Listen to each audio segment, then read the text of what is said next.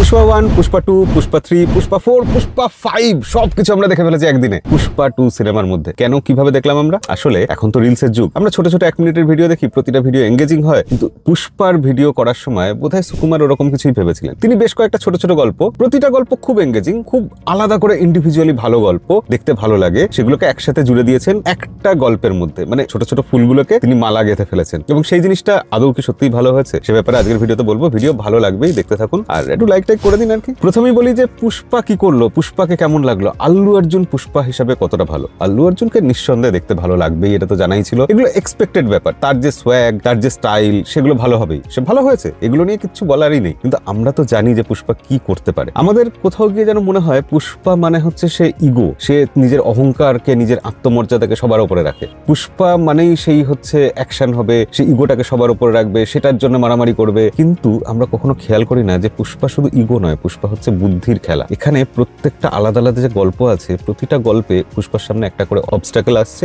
পুষ্পা বুদ্ধি খাটিয়ে, ঠিক দাবার বোর্ডে দাবার কিস্তিমাত করার মতো বুদ্ধি খাটিয়ে সেই গেমটা জিতে যাচ্ছে, কিস্তিমাত করছে, তার অপোনেন্ট যে থাকছে তাকে হারিয়ে দিচ্ছে। এই হারিয়ে দেওয়াটা আমরা এনজয় করছি। প্রথমে একটা বিল্ড আপ হচ্ছে, পুষ্পার সামনে চ্যালেঞ্জ আসছে, এটা বারবার হচ্ছে, আর প্রতিবার পুষ্পা যখন বুদ্ধি খাটিয়ে সেই চ্যালেঞ্জগুলো জিতছে, আমরা প্রতিবার সেই সময় এনজয় করছি, সেই ব্যাপারটাকে সেলিব্রেট করছি। পুষ্পা যে একদম এক্সট্রাঅর্ডিনারি একজন মানুষ, তার অসাধারণ বুদ্ধি, দারুণ ক্যারিজমা, এই ব্যাপারগুলো নিয়ে মনের মধ্যে বুঝে আমরা সেই সিনেমাটা দেখতে গেছিলাম। তো যাওয়ার পর আমাদের কৌতূহল ছিল এটাই যে সে কিভাবে করবে, এই কিভাবে করবে গল্পটাই আজকে পুষ্পা 2 সিনেমাতে বলা হয়েছে। সেই সিনেমাটা আমরা দেখে আসলাম এবং সেই সিনেমাটা কেমন হয়েছে সেই ব্যাপারে আজকে অবশ্যই বলবো। তার আগে বলি, আসলে পুষ্পা সিনেমাটা কোনো অ্যাকশন সিনেমা নয়, অ্যাকশনের জন্য আমরা পুষ্পাকে ভালোবাসি এরকম নয়। মার্টিন সিনেমাতেও তো প্রচুর অ্যাকশন দেখানো হয়, বাগি সিনেমাতেও প্রচুর অ্যাকশন দেখানো হয়, কিন্তু সেগুলো আমাদের মনকে ছুঁতে পারে না। কিন্তু পুষ্পা সিনেমাতে কিছু সেন্টিমেন্টের ব্যাপার রয়েছে, অ্যাকশনের পিছনের কারণগুলোকে আমাদের বলা হয়েছে। এই যে গল্পটা, সেই গল্পগুলোতে আমরা ইনভলভ হয়ে যাই, সেই যে ইমোশনের ব্যাপারগুলো সেইগুলো আমাদের ছুঁতে পারে, তার জন্য পুষ্পা আমাদের এত ভালো লাগে। কিন্তু এই সিনেমাতে অনেক কিছুই আছে যেগুলো আমাদের অত ভালো লাগেনি। কিন্তু ভালো কি কি লেগেছে সেই হিসাবে বলতে হলে প্রথমেই বলতে হয় এখানে রশ্মিকা মান্দানার ক্যারেক্টারটাকে সুকুমার একদম যত্ন নিয়ে তৈরি করেছেন। প্রথমবার খুব সমালোচনা হয়েছিল,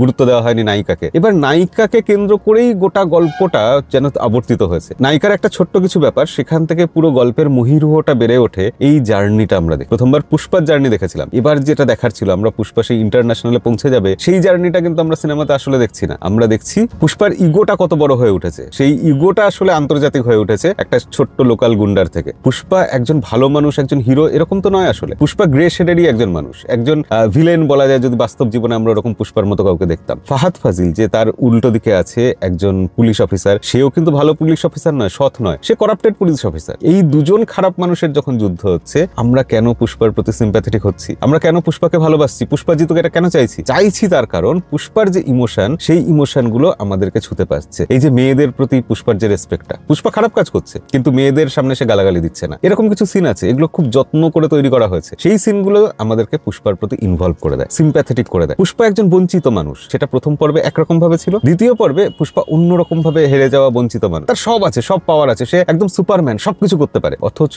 বেসিক ইমোশনের জায়গায়, সমাজে স্বীকৃতি পাওয়ার জায়গায়, জাতপাত, পরিবার, এই জায়গাতে গিয়ে সে কোথাও গিয়ে একজন হেরে যাওয়া মানুষ। সে সেই হেরে যাওয়ার জায়গা থেকে কি জিততে পারবে, এই জার্নিটার গল্প হচ্ছে পুষ্পা 2। আর একটা খুব গুরুত্বপূর্ণ জিনিস, ফাহাদ ফাজিলের যে চরিত্রটা, যেটা পুষ্পা 1-এ আমাদের ভীষণ ভালো লেগেছিল, কারণ সেই চরিত্রটা ওয়ান ডাইমেনশনাল ভিলেন নয়, ভয়ঙ্কর ভিলেন, কিন্তু সে সবসময় হাসি ঠাট্টা করে, মজা করে এবং খুব ক্যাজুয়াল ওয়েতে চলে। লোকটা ভালো নয়, অসৎ, কিন্তু সেই লোকটাকে তবু আমরা ভিলেন হিসাবে পছন্দ করেছিলাম। এমন একজন ভিলেন যে পুষ্পাকে সমানে সমানে টক্কর দিতে পেরেছিল। কিন্তু পার্ট 2-তে এসে ফাহাদ ফাজিল সেই ভয়ঙ্কর ভিলেন, সেই জায়গা থেকে যেন একটু সরে গেছে। এখানে যে হাসি ঠাট্টা করেছে, তার ফলে সেই হাসিগুলো দেখে, মজাগুলো দেখে ফাহাদ ফাজিলকে ভয়ঙ্কর মনে হয়নি, মনে হয়েছে কার্টুন, মনে হয়েছে জোকার। তো সেই জায়গাগুলো কোথাও গিয়ে ফাহাদ ফাজিলের চরিত্রটার যে ওয়েট, যে ভয়ঙ্কর ব্যাপারটা, সেই জিনিসটাকে একটু লঘু করে দিয়েছে। তার জন্য পুষ্পার এগেনস্টে ফাহাদ ফাজিলকে ফার্স্ট পার্টে যেরকম লেগেছিল, এখানে ততটা মানানসই হয়নি, এই ব্যালেন্সটা বজায় থাকেনি। দাদা দুটো স্কিপ বাটন হবে? স্কিপ বাটনটা খুঁজছিলাম, মানে এখনো খুঁজে চলেছি। যখন সিনেমাতে গানগুলো আসছিল না, মনে হচ্ছিল স্কিপ বাটনটা কোথায় আছে, একটু ফাস্ট ফরওয়ার্ড করে দিয়ে একটু এগিয়ে দেখি। সিনেমাটা তো এমনিতেই অনেক বড়, তার উপর গানগুলো কিন্তু বোর করেছে, অনেক জায়গাতেই বোর করেছে। অনেক সময় মনে হচ্ছে যে সিনেমাটা অনেক বেশি লেন্দি হয়ে গেছে, এত বড় হওয়ার দরকার ছিল না। এবং এমনও সিচুয়েশন হয়েছে যে একটা গান শেষ হতে হতে আরেকটা গান শুরু হয়ে গেছে, মাঝখানে কোনো সিন নেই, মানে গানের পর গান চলছে আর কি। এরকম কবে দেখেছি আমরা জানি না, কিন্তু গানগুলো যদি খুব ভালো হতো এই জিনিসটা অতটা আমাদের বোধহয় কষ্ট দিত না, কিন্তু গানগুলো তো অত ভালো হয়নি। তবে হ্যাঁ, একটা কথা বলতে হবে, গানগুলো দেখে যত খারাপ লেগেছিল আমাদের, সিনেমার মধ্যে দেখে কিন্তু অতটাও খারাপ লাগছে না। আমার যেটা মনে হয়, পুষ্পার প্রতি আমাদের যে এত এক্সপেকটেশনস, এত হাইপ তৈরি হয়েছে, সেই ব্যাপারটা কোথাও ডিরেক্টরকে বা তাদের টিমকে একটু চাপে ফেলেছিল। তাদেরকে এমন কিছু করতে হতো যেটা আমাদের মুগ্ধ করে দেবে, চোখ ধাঁধিয়ে দেবে, একদম স্পেকটাকুলার কিছু, অসাধারণ কিছু করতে হতো। তো সেই জিনিসটা করতে গিয়ে কোনো জায়গায় সেটা বিশ্বাসযোগ্য আর থাকে না। পুষ্পা সিনেমাটা কোথাও গিয়ে প্রথমবার আমাদের ভালো লেগেছিল কেন, তার কারণ এটাও যে পুষ্পা সিনেমাটা আসলে গোটা ভারতবর্ষের বা গোটা বিশ্বের মানুষ নিজের সাথে সেই ক্যারেক্টারগুলোকে আইডেন্টিফাই করতে পেরেছিল, পুষ্পাকে আইডেন্টিফাই করেছিল। কিন্তু পুষ্পা এখন লার্জার দেন লাইফ হতে হতে এতটাই বেশি হয়ে গেছে যে পুষ্পা এখন আর ঠিক প্যান ইন্ডিয়া সিনেমা আর নেই। পুষ্পা সিনেমাটা এখন মনে হচ্ছে টিপিক্যাল একটা তেলেগু মুভি, যেখানে ফিজিক্সের কোনো হিসাব নিকাশ থাকে না, ফিজিক্সের বাইরে গিয়ে একটা অবাস্তব কিছু, মেলোড্রামাটিক কিছু এবং এক্সট্রাঅর্ডিনারি কিছু দেখায়, যেগুলো সাধারণত তেলেগুর দর্শকরা পছন্দ করতে পারেন, কিন্তু আমার মনে হয় না যে ভারতবর্ষের অন্য জায়গার দর্শকরা এতটাও এটাকে অ্যাপ্রিসিয়েট করবে। তাই যেটা আমরা আশঙ্কা করেছিলাম যে পুষ্পার বাজেট এবার অনেক হয়ে গেছে, সেই বাজেট বেড়ে গেলে হিরো একটু বেশি আকাশে ওড়ে, সেই জিনিসটা আমাদের ভালো নাও লাগতে পারে, সেটা কিন্তু অনেক সময় ভালো লাগেনি। তো এতক্ষণ শুনে আপনার কি মনে হচ্ছে আমি পুষ্পা সিনেমাটাকে খারাপ বলছি, বাজে সিনেমা বলছি? না, সেটা একেবারেই নয়। সুকুমার একজন অসাধারণ প্রতিভাবান ডিরেক্টর। তিনি এখানে এমন কিছু জিনিস করেছেন, এমন যত্নের কিছু ছাপ রয়েছে যেগুলো দেখে মুগ্ধ হতেই হবে। যেমন এখানে কিছু প্রতীকী জিনিস দেখানো হয়েছে। পুষ্পা কাউকে টাকা দিচ্ছে, টাকাটা দেওয়া হচ্ছে কি করে? টাকাটা দেওয়া হচ্ছে সোফার মধ্যে, সোফার গদির মধ্যে। আমরা কি জানি যে টাকা দিয়ে চেয়ার কেনা যায়, এখানে সেই চেয়ারটার মধ্যেই টাকা আছে, সেটা দিয়েই